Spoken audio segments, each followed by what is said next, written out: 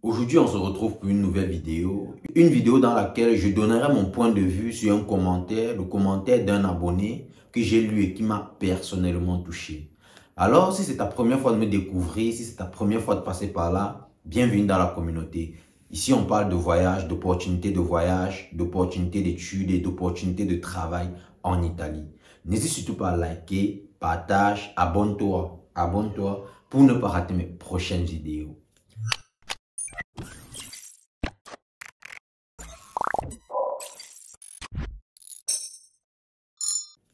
Alors, de quoi est-ce qu'il s'agit? Qu'est-ce que la personne a laissé en commentaire? Je vous lis tout de suite et ça va s'afficher là ou là. Vous allez prendre le temps de lire, de comprendre et puis je vais donner mon point de vue. De quoi est-ce qu'il s'agit? Cet abonné me dit, c'est un commentaire en dessous d'une vidéo.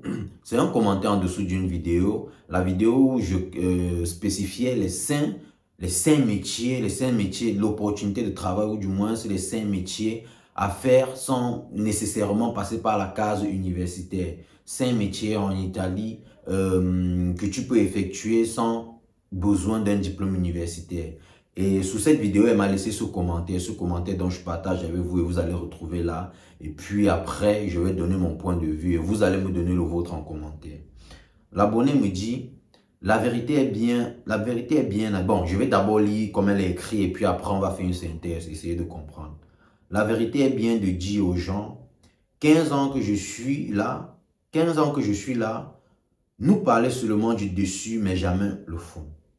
Dis-leur qu'un noir n'est jamais là bien. C'est de préparer leur serveur à affronter les difficultés. Bon, plus ou moins ce qu'elle veut dire, c'est quoi? La vérité est bien à dire. Depuis 15 ans que je suis là, nous parler uniquement des dessus, mais jamais du fond.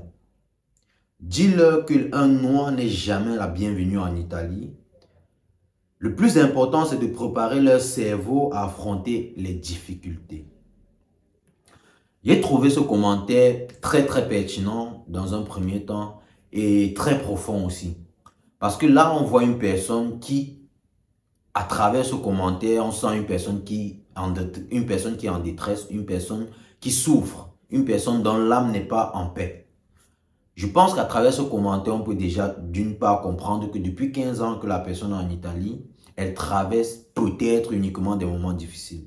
Bon, seulement des moments difficiles, ça sera à revoir. Mais si on parle dans le cadre du travail, de l'emploi, la personne a peut-être du mal à trouver un emploi satisfaisant. La chose que je vais vous dire à travers ce commentaire, la première des choses que je vais vous dire, c'est quoi?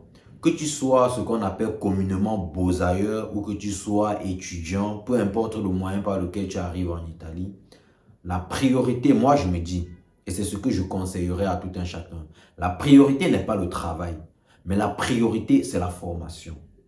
Quand tu es nouvellement arrivant, quand tu arrives nouvellement en Italie ou en Europe d'ailleurs, prends le temps de te former. Peu importe ton âge, ne cours pas, ne fonce pas sur le travail. La première des choses déjà, c'est connaître la langue. Beaucoup se plaignent généralement qu'ils ont du mal à trouver du travail, tout simplement parce qu'ils n'arrivent pas à communiquer au quotidien. La langue, ils ne la maîtrisent. Bon, maîtriser la langue, c'est une chose. Mais la langue parlée couramment, ils ne maîtrisent pas. Ils n'arrivent pas à parler. Pourquoi? Parce que quand ils sont arrivés, ils se sont jetés dans le monde du travail. Puis avec le temps, je le dis toujours, tout ce qui est physique, avec le temps, tu ne tiens pas. Plus tu vieillis, tu sens que le corps ne répond plus. C'est normal, ce n'est que normal. Pourtant, si tu avais pris le temps de te former, avoir un métier propre à toi, je veux prendre peut-être l'exemple, que ce soit mécanique, que ce soit... il y a tellement de formations informatiques et tout. Tu as ton truc, tu arrives, ta mécanique, c'est là. Ici, tu as presque tous les outils. Le corps, tu ne l'utilises pas tellement comme en Afrique, je veux dire. Mais si tu arrives dans un premier temps, tu arrives dans ton camp, comme on le dit, ce qui est dans ta tête, c'est le travail. Tu commences à sortir, tu ne fais aucune formation, tu ne suis pas les cours de langue. C'est normal qu'au bout de 15 ans, tu te plains. C'est très normal. Et comme je disais, la première des choses, c'est passer par la case formation. Quand tu arrives, prends le temps de faire les cours de langue. Une fois que tu termines tes cours de langue, prends le temps d'apprendre un métier. Prends le temps d'apprendre un métier. Et ceux qui arrivent encore jeunes, qu'est-ce que je vous conseille? Si vous n'avez pas eu le bac dans votre pays d'origine, retournez à l'école. Prenez votre TSA Média. Quand vous prenez votre TSA Média, vous avez la possibilité de formation professionnelle ensuite vous avez aussi la possibilité de rentrer à l'université. Donc, quand vous prenez votre TSA Média, rentrez à l'université, faites vos 3 ans. Je veux dire, ce cliché de beaux-ailleurs qui arrive, doit finir magasinier les perfors, ça, ou bien finir opérateur socio-sanitaire, ou bien finir. C'est pas une obligation, c'est pas un cursus, c'est pas un chemin préétabli où c'est obligatoire que tous arrivent et passent par des formations, où tous arrivent et ne font rien, commencent juste à travailler. Non.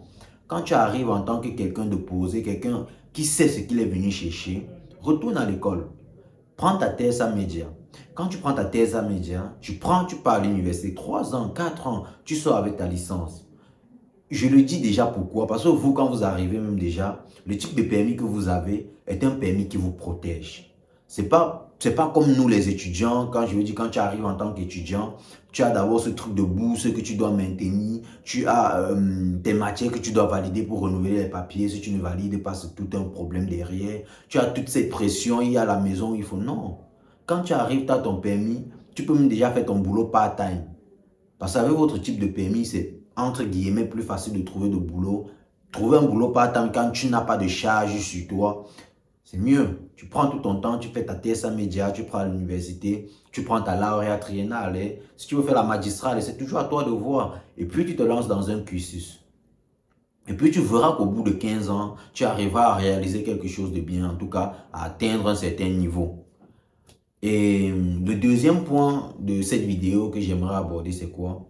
Je ne pense pas, ou du moins pour tous ceux qui me suivent, je l'ai toujours dit, l'Italie est un pays difficile pour des Noirs et pour des Italiens aussi, mais beaucoup plus pour des Noirs. Déjà, parce que le Noir n'est pas comme la personne, pour être honnête, comme la personne a dit, les Noirs sont difficilement acceptés.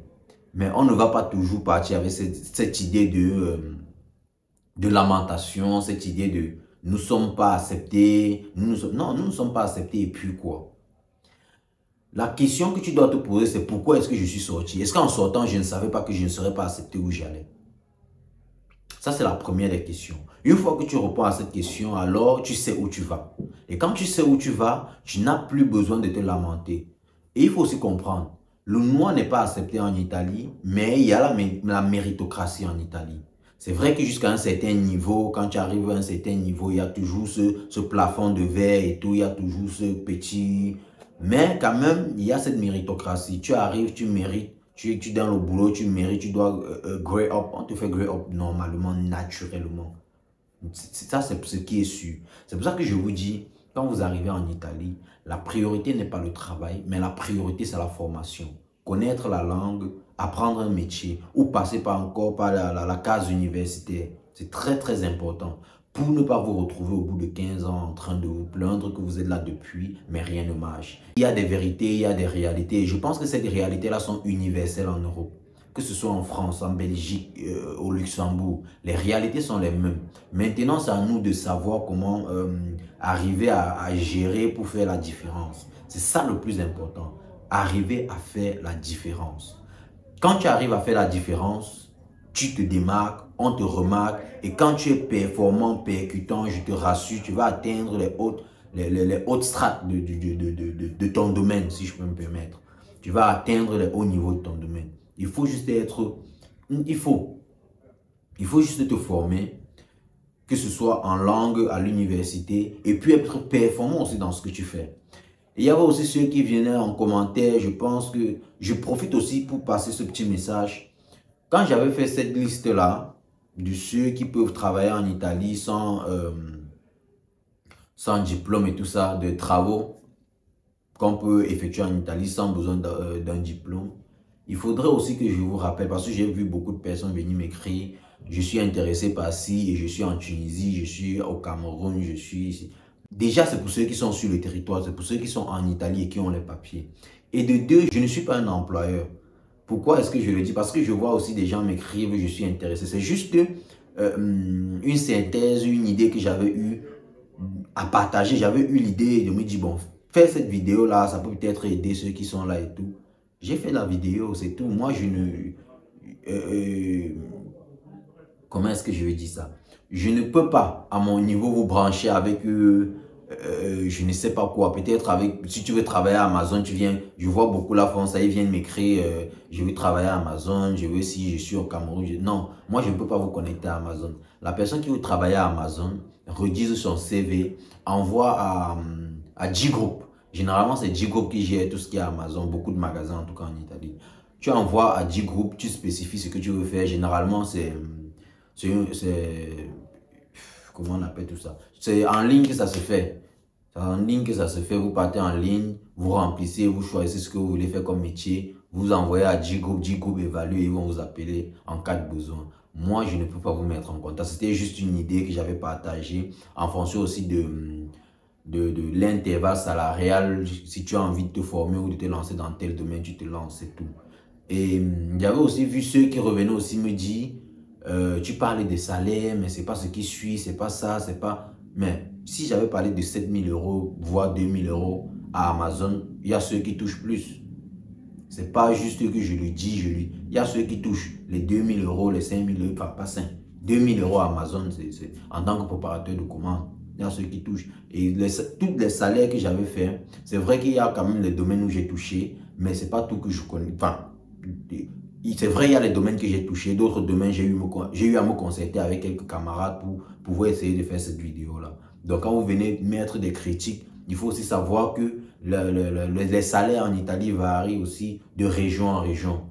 Quand tu partes au sud, ils sont sous-payés par rapport à ceux qui sont au nord ou bien par rapport à ceux qui sont au centre. Tout dépend vraiment de la zone. Tout dépend de la zone. À la sortie de cette vidéo, ce que je donnerai comme conclusion, c'est quoi? C'est que si tu pars déjà de ton pays, que tu sois étudiant, non, beaucoup plus beaux ailleurs, comme on le dit, tu arrives en Italie, ne te focalise pas uniquement sur le travail ou directement sur le travail. Ne fais pas de ta priorité le travail. Fais de ta priorité les formations. Forme-toi. Apprends le temps de prendre un certificat de langue. Prends le temps d'apprendre un métier ou de retourner à l'école puis passer encore par la case universitaire. C'est très important. Plus tard, ça va beaucoup t'aider. Ça c'est vraiment capital, c'est très important pour ne pas te retrouver 15 ans plus tard en train de te plaindre. Pour ne pas te retrouver 15 ans plus tard à te plaindre, prends les bonnes décisions quand tu arrives. Prends des très très bonnes décisions. C'est vrai que les Noirs sont difficilement acceptés en Italie, mais c'est pas pour autant que les Noirs ne travaillent pas. Il y a beaucoup de Noirs qui travaillent, il y a beaucoup de Noirs qui font beaucoup de choses. C'est tellement diversifié. Aujourd'hui, il y a même les Noirs italiens, même s'ils ne sont pas acceptés. Je ne sais pas si vous comprenez ce que j'ai envie de vous dire. Donc, laissez-moi vos points de vue en commentaire. Dites-moi ce que vous en pensez. Et puis, j'espère que cette vidéo vous a édifié un peu. Vous a édifié. Prenez surtout le temps d'écouter. Écoutez même parfois très bien les vidéos aussi avant de commenter. Enfin, commentez quand même parce que ça me permet de renchérir sur des vidéos et c'est parfois bien, mais prenez souvent le temps de bien écouter. Si je me trompe, prenez souvent le temps de bien écouter. Alors, comme j'ai dit, laissez vos avis en commentaire, abonnez-vous, visons les 1000 abonnés et on se retrouve pour une prochaine vidéo. Prenez soin de vous. Ciao.